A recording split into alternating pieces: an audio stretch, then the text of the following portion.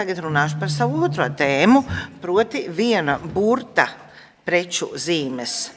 Mēs atkal sāksim ar kaut ko citu, proti preču zīmēm kopumā vispārīgi. Jūs zināt, ka preču zīmes loma ir ļaut jūs kā patērētājiem atšķirt preces un pakalpojumus, kas nāk no uzņēmuma A, iepratim B uzņēmuma precēm un pakalpojumiem.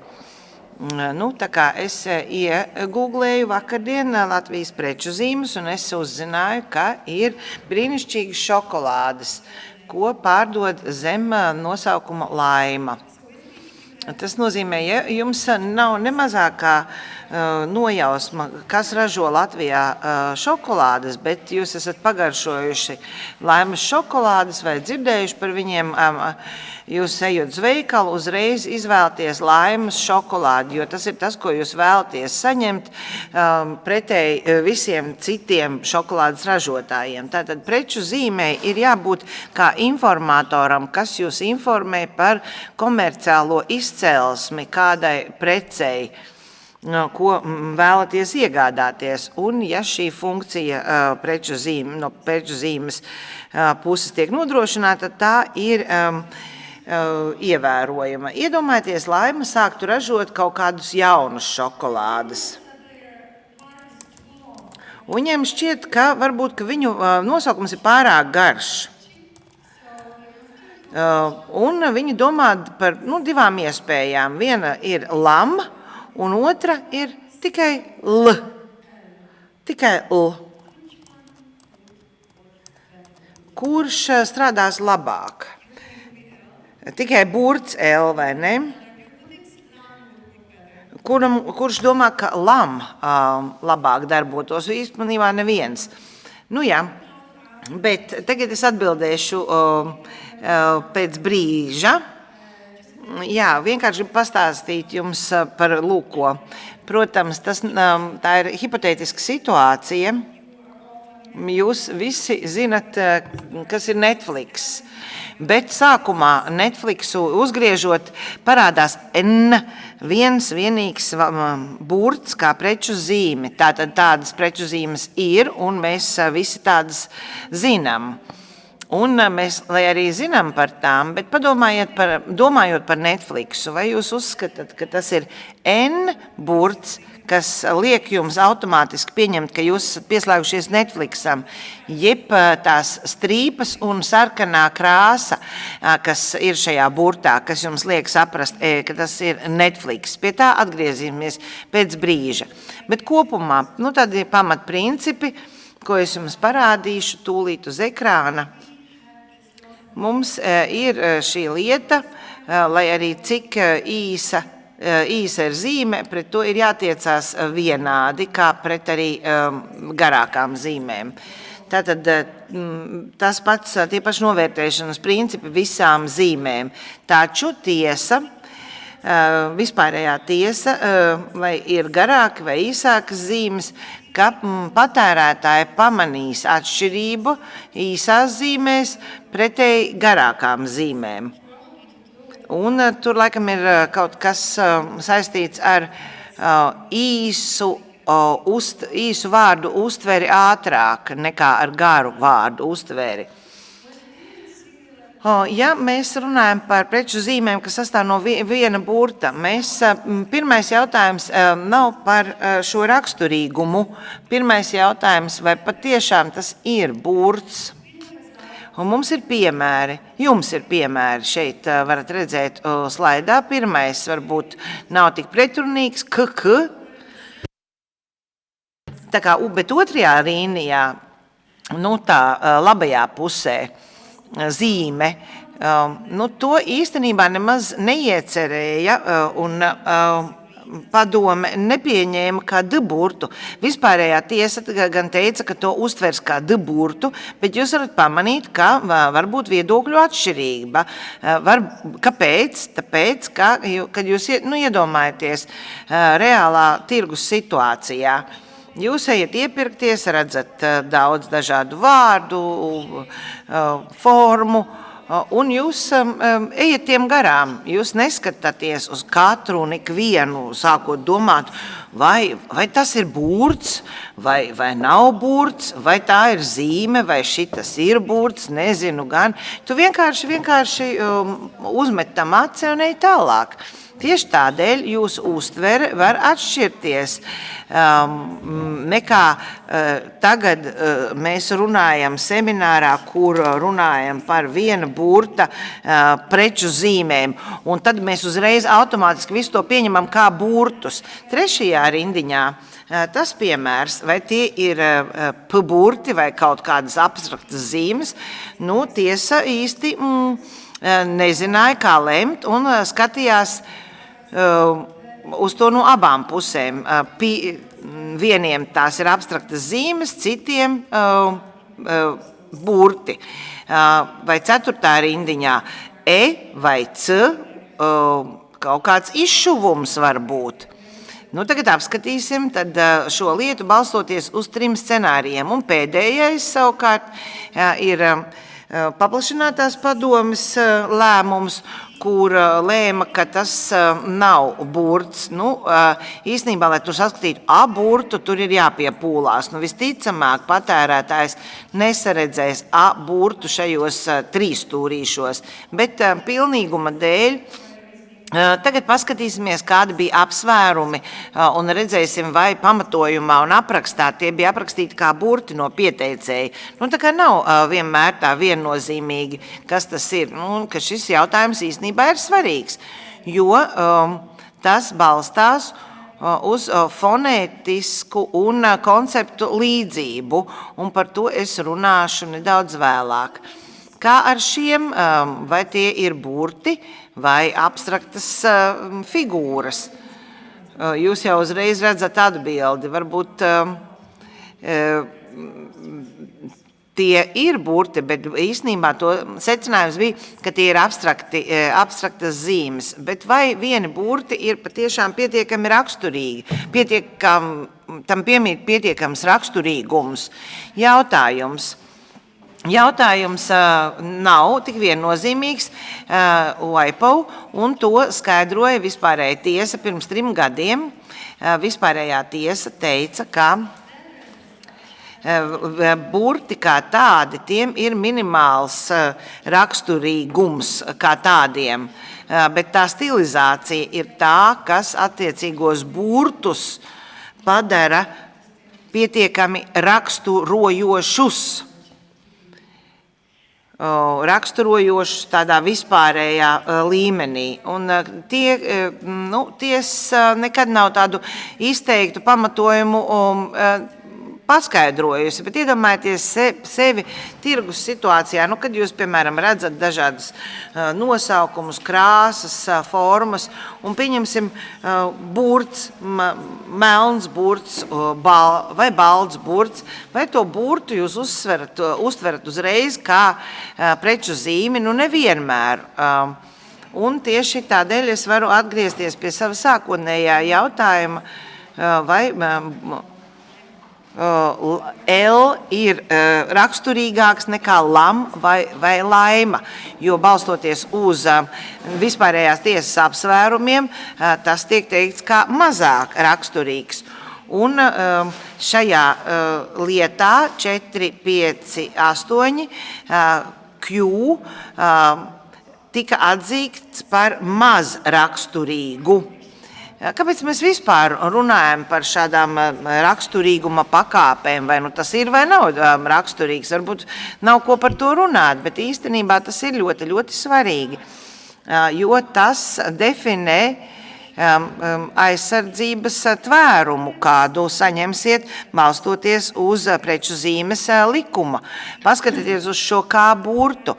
Tie ir reāli piemēri. Pirmais kreisajā pusē bija agraināks, un kāds cits vēlējās reģistrēt otru kaligrāfiskāko kā burtu. Sākotnējā burta īpašnieks teica, nē, tu to nevari darīt. Ja tu to darīsi, tad visi uzskatīs, ka kaligrāfiskais kā produkts apzīmē mūsu produktus. Mēs esam pret. jo tur ir iespējama maldināšana. Taču tiesa teica, ka nē, tavs K burts ir pavisam parasts, tā kā standarta K burts. Savukārt, otrs K burts ir tāds stilizēts, kas ir pilnīgi atšķirīgs no tava K burta. Un tā kā tas ir tikai burts, patērētāji nevienu brīdi netiks maldināti par attiecīgajām precēm vai pakalpojumiem. Tad, kad mēs runājam par zīmēm, par zīmēm, mēs vienmēr skatāmies uz 3 atšķirīgiem līmeņiem. Pirmā ir vizuālā līdzība. Mēs uzdodam sev jautājumu, cik līdzīgas ir zīmes balstoties uz mūsu vizuālo iespēju. Nākamā ir fonētiskā līdzība, lai arī ko mēs redzam, cik līdzīgi ir burti pēc savas skaņas. Tā kā tikai skaņa, un trešais konceptuālā līdzība. Tātad koncepts aiz šīs zīmes, un nākšu klajā ar piemēru. Iedomājieties, piemēram, ka jūs vērtējat konceptuālo līdzību starp 2 vārdiem – Rīga un Varšava.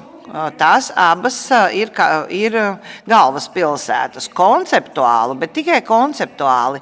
Tās ir identiskas, proti kā galvaspilsētas, bet domājam, pieņemsim par Rīgu. Un vārds angliski ring, jeb gredzens. Līdzīgi vizuāli varētu būt uzrakstīti šie vārdi. Pat varbūt arī fonētiski Rīga un ring. Tie ir līdzīgi, bet konceptuāli viena ir Latvijas galvaspilsēta, otrs ir gredzens, un tie nav līdzīgi. Un tie ir kritēriji, ko mēs izmantojam savās lietās, un tas arī ir sarežģīti īstenībā viena burta lietās, vizuālā līdzība šajos gadījumos. Tiesa ir teikusi, ka vērš uzmanība uz stilizācijas pakāpi un figuratīvajiem elementiem, telpiskajiem elementiem. Šeit varat redzēt B burtu vienā vietā un otrā vietā. Viens un tas pats burts B. Tāpēc, ka dažāda forma, krāsa, stilizācijas pakāpe tika teikts, ka tas ir zemā līmenī līdzīgs vizuāli.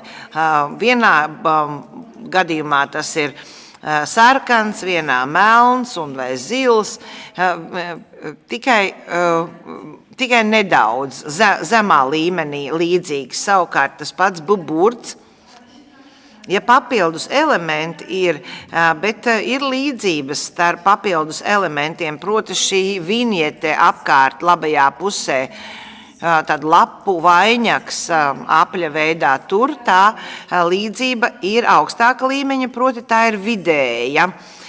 Tas pats arī V burtu aplī, un proporcijas ir arī līdzīgas. Šeit līdzība tiek gradēta kā vidēja, nevis zema.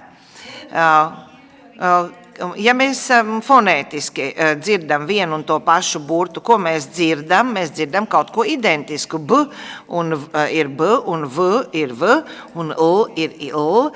Ir lielākajā daļā gadījumu ir šī fonētiskā identitāte. Un pieteicējs dažkārt vēlas būt gudrītis un argumentē lūkādi, sakot, ka mēs reģistrējam zīmi, kas ir, piemēram, tikai un vienīgi B burts, bet īstenībā patērētājs zinās, ka mēs prātā paturam Bugatti. Ieraugot B burtu, viņi vienmēr teiks nevis B, bet Bugatti, uzreiz pilnu vārdu. Un ko tad tiesa saka? Ko tad tiesa saka? Mums ir jāvērtē tas, ko mēs redzam. B burts, nevis Bugatti. Mēs vērtējam to, ko mēs vērtējam. Mums ir fonētiska līdzība B, bet ir arī atkāpe. Var būt situācija, kad patiešām mums ir burts, kā arī citi figuratīvie elementi, kas ir tik ļoti atšķirīgi, ka tu kā patērētājs tu nemūžam neko nejauksi. Piemēram, šis burts B ar kroni galvā, ka tas ir tiešām tas, ja tā fonētiskā līdzība nevar būt noteicošā. Un tagad konceptuālā līdzība. Tur ir vislielākās sarežģītības. Ne tikai mums, bet arī tiesai, kura piemēro 3 pieejas. Pirmā pieeja – identiski burti, kas visi atspoguļo to vienu un to pašu. Tā ir, tur nozīmē, ka tur ir konceptuāla identitāte. Otrā pieeja – burts nav ne koncepts, ne ar kaut kādu nozīmi, bet ja ir 2 burti, mēs viņus nevaram salīdzināt konceptuāli, jo tur nekas nav salīdzināms. Un trešā pieeja, ko tiesas ir pieņēmušas, parasti tur nav nekāda koncepcija zem tā, bet noteiktos apstākļos varētu būt tur kaut kāda konceptuāla nozīme, ja to nosaka tirgus situācija. Un šo lietu skatīja paplašinātā padome, kas teica, ka trešā pieeja bez koncepta, konceptuālais salīdzinājums nav iespējams, tāpēc mēs paliekam neitrāli, ja vien nav kas ļoti specifisks tavā tirgus sektorā. Iedomājamies kā enerģētika un iedomājamies XL vai L attiecībā uz liels vai mazs, kad viens burts ir ar paplašinātu nozīmi, kad tu pēc M vai L izmēra drēbes. Vērtējot zīmju līdzību, mēs esam salīdzinājuši arī attiecīgās preces un pakalpojumus, kas ir zem šīm zīmēm, un mums jāsaprot, vai patērētājs tad tiks maldināts par izcelsmi šīm komercprecēm vai pakalpojumiem, ņemot vērā faktu, ka visbiežāk fonētiskā identitāte būs identiska, proti fonētiski burts būs identisks konceptuāli, tos nevarēs salīdzināt, tad tiesa ir teikusi, ka galvenais apsvērums ir jāvērš uz vizuālo atšķirību starp zīmēm. Tātad vizuālais salīdzinājums ir kā princips. Un te varat redzēt, kā tas tiek izspēlēts šajos piemēros, šajā lietā. Jums ir, pieņemsim, burts, varētu teikt, burts, dažādi stili, un tos atzina par vizuāli maz līdzīgiem. Fonētiski ir identiski, konceptuāli to vispār nevar salīdzināt, tas ir neitrāli, līdz ar to te ir maza iespēja kaut ko sajaukt.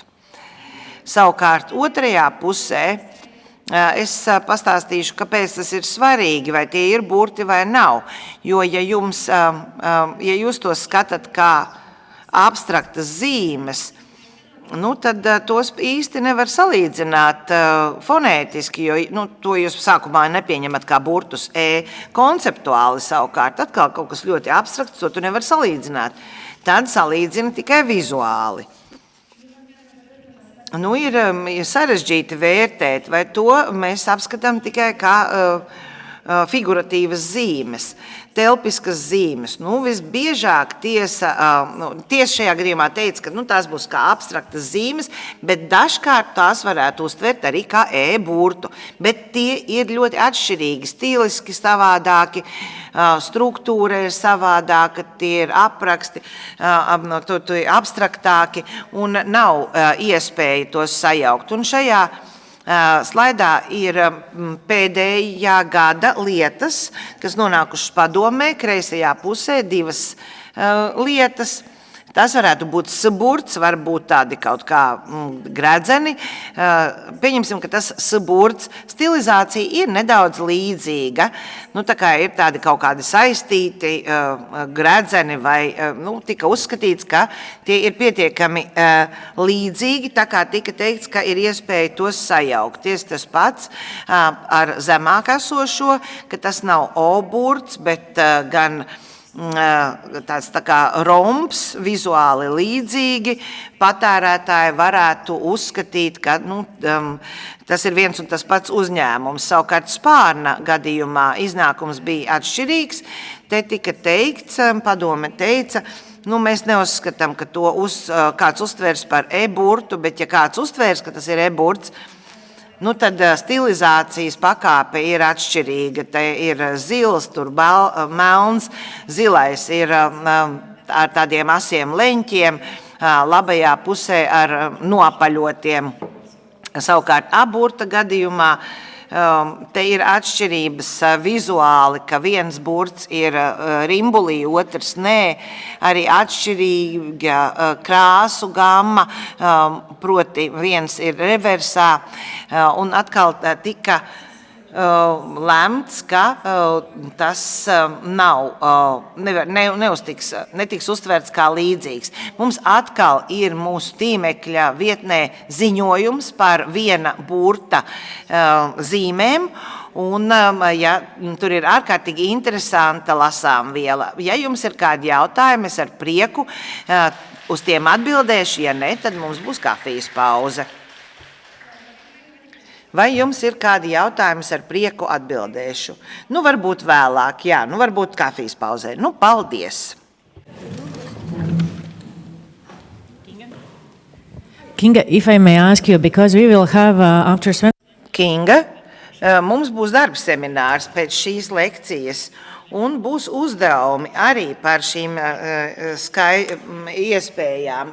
Nu, varbūt paskaidrosi, ko mēs vērtējam. Brīdī, kad mēs vērtējam, vai ir iespēja kaut ko sajaukt. Nu, to var sajaukt tikai, ja tās ir preces un pakalpojumi, vai nu. Pieņemsim mašīnas. Important factor. Šeit ir divi svarīgi faktori. Viena ir līdzība tieši tā, kā tikko skaidrīja, vizuālā, fonētiskā, jēdzieniskā, konceptuālā. Un parasti ir trīs atšķirīgi, tātad vizuāls, fonētisks, konceptuāls. Tas nozīmē, ka ir dažādas pakāpes, mēs mēģinām to līdzsvarot. Un tad papildu apsvērums ir iegūt atšķirtspēja. Līdzīgi kā manā piemērā par Netflix, atkārtoti tirgū sastopoties ar šīm lietām, jūs apgūstat, ka tas iemācāties, ka tas nāk no konkrēta uzņēmuma. Bet savā darba seminārā runāsim tikai par 3 līdzības līmeņiem. Mēs novērtējam līdzību, un tad mēs uzdodam sev jautājumu, vai cilvēki domās, ka preces, ko pārdod ar šīm zīmēm, nāk no tā paša uzņēmuma, vai tām ir vienāda komerciālā izcelsme. Un mēs kopā strādāsim arī darba seminārā, tad varēšu papildus paskaidrot, ja būs nepieciešams. Liels paldies! Varbūt ir vēl kāds jautājums Kingai?